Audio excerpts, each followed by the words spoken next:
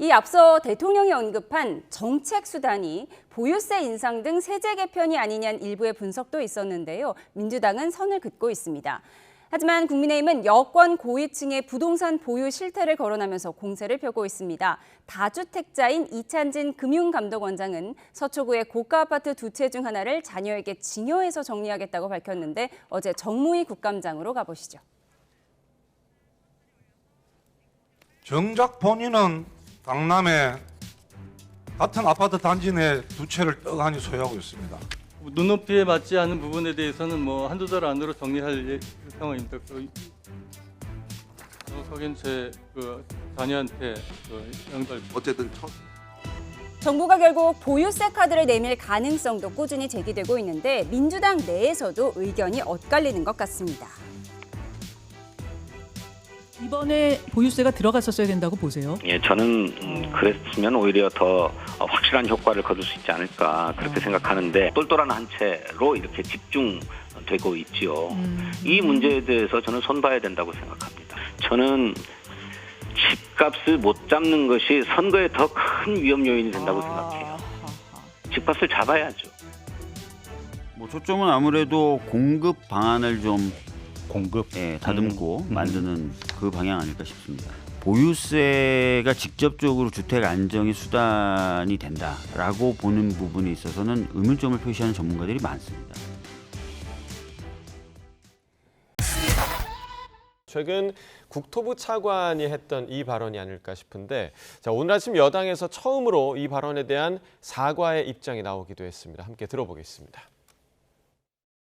최근 이상경 국토부 1차관의 부적절한 발언으로 국민 여러분께 심려를 끼쳐드린 점 당의 최고위원이자 국토위원으로서 국민 여러분께 진심으로 죄송하다는 말씀 먼저 드립니다. 차관 같은 고위공직자는 한마디 한마디가 국민 신뢰와 직결된다는 사실을 잊지 말아야 합니다.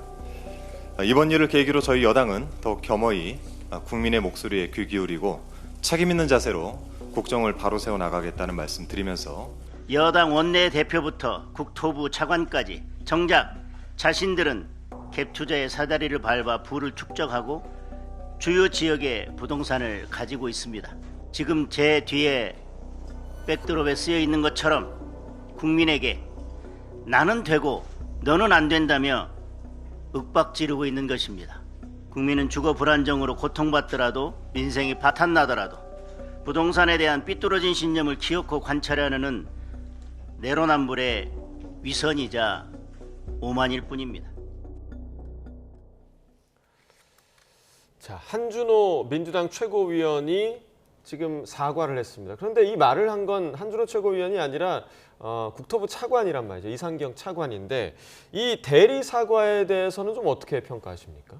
그렇습니다. 사실은 그 국토부 차관이 직접 그 사과를 해야죠. 예. 그리고 하필 또 국토부 1차관이 정통 관료 출신이 아니라 가천대 교수 출신이란 말이죠. 조경학과 교수라고 하더라고요. 또 하필 또 가천대란 말이죠. 예. 가천대가 왜 문제가 있냐라는 부분보다는 어쨌든 성남 예. 또 이재명 대통령 주변의 사람이다라고 하는 부분이 오히려 최근에 김현지 씨 논란까지 더 연동돼서 연상을 시키는 부분이거든요. 예. 지금 산림청장 문제에다가 국토부 1차관 문제까지 다 이렇게 연동돼 있는 문제입니다. 그러면 기본 인식 자체가 과연 어떤 서민과 중산층에 이렇게 맞춰 있는 그런 어떤 이재명 정부의 국정 철학에 맞는 태도인가?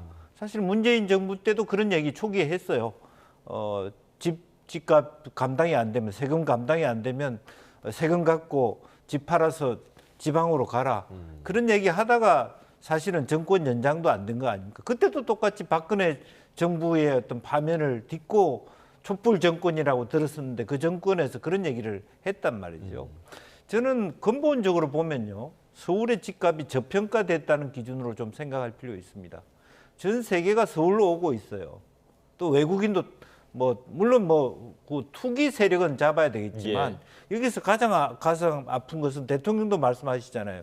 구더기 무서워 장 못 담냐 하지만 일부 투기 세력은 건절하면 되는 것이고 그러나 지금 실수요자가 집을 못 가져서 그야말로 대출도 못 받는다. 사실 미국이나 이런 서구 사회에서는 다 모기지로 대출, 지금 이제 셧다운 되니까 제일 걱정한 게 그렇더라고. 미국 공무원들이 모기지를 달세를 못 낸다. 예. 그런 일을 하고 있거든요.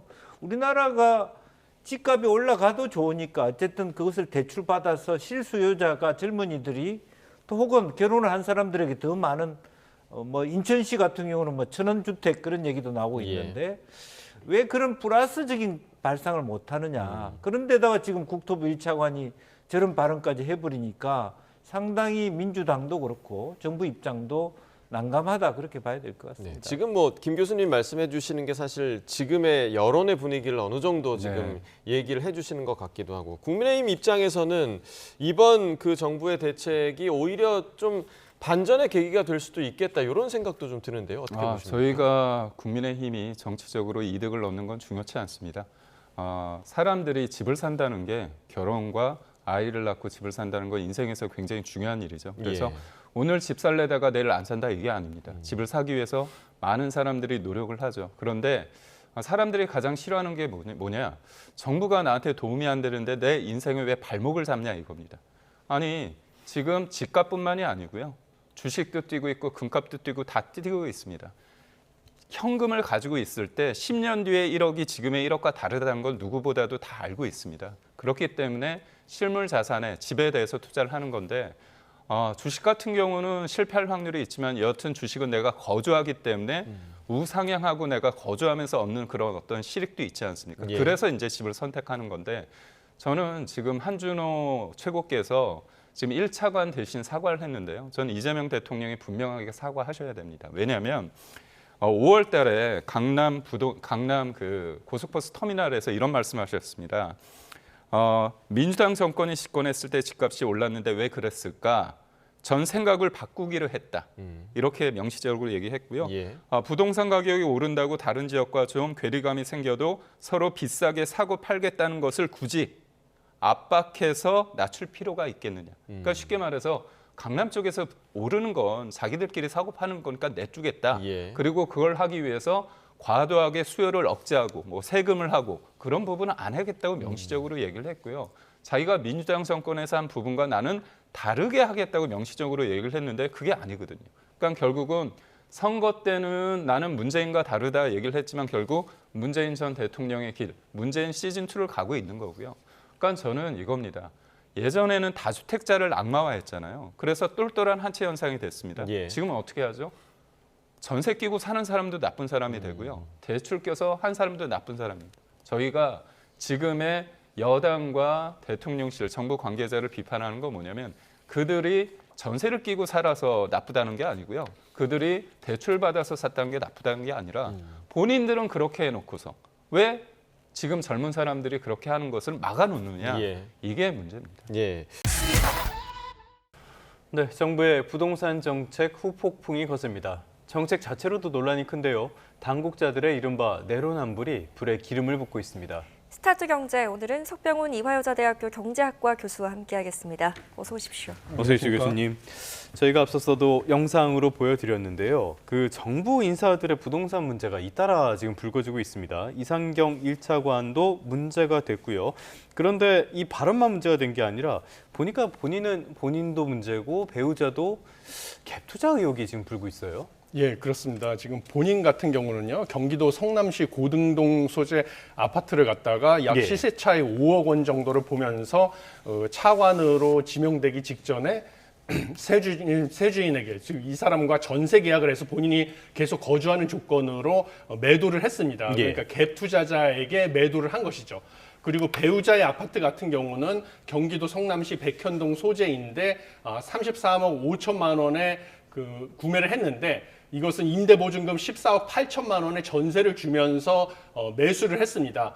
그래서 이건 전형적으로 이제 전세 보증금을 끼고 매수를 한 것이라서 갭 투자에 해당되는 방식으로 매수를 했는데 이것이 지금 현재 실거래가 기준으로 40억 원에 달해가지고 지금 현재로 봤을 때는 시세 차익이 약 6억 5천만 원 정도 예상이 되고 있는 상황입니다. 네, 해명을 했습니다. 내가 한 갭 투자는 통상적인 갭 투자와 다르다. 네. 이런 해명 어떻게 보셨어요? 예, 좀 사실 국민적인 분노를 자극하는 면이 없지 않다 이렇게 보고 있습니다. 그러니까 국토부 해명에 따르면 원래는 더 큰 집에서 살기 위해서 매수를 했는데 문제는 입주와 퇴거 시점이 맞지 않아서 불가피하게 전세를 줄 수밖에 없었다. 그렇기 때문에 통상적인 갭 투자와는 다르다라는 해명을 했습니다.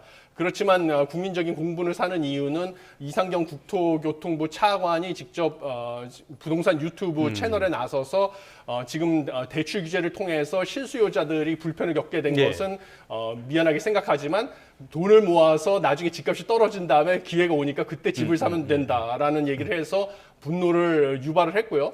그다음에 본인 같은 경우는 지금 성남시가 토지거래 허가구역으로 묶여가지고 갭 투자를 못하게 막았는데 본인은 갭 투자를 해서 또 이것 역시 실수요자들에게 분노를 자극한 이런 측면이 없지 않아 있습니다. 그런데 본인은 뭐 입주 퇴거 시점이 맞지 않아서 불가피하게 전세를 줄 수밖에 없어서 이것은 갭 투자가 아니라고 하지만 실제로 토지거래 허가구역 내에 이런 똑같은 사유가 있는 많은 사람들이 있을 가능성이 크거든요. 그런데 그런 사람들마다 사정을 봐주는 게 아니기 때문에 이것은 정말 핑계가 궁색하다 이렇게 보여집니다.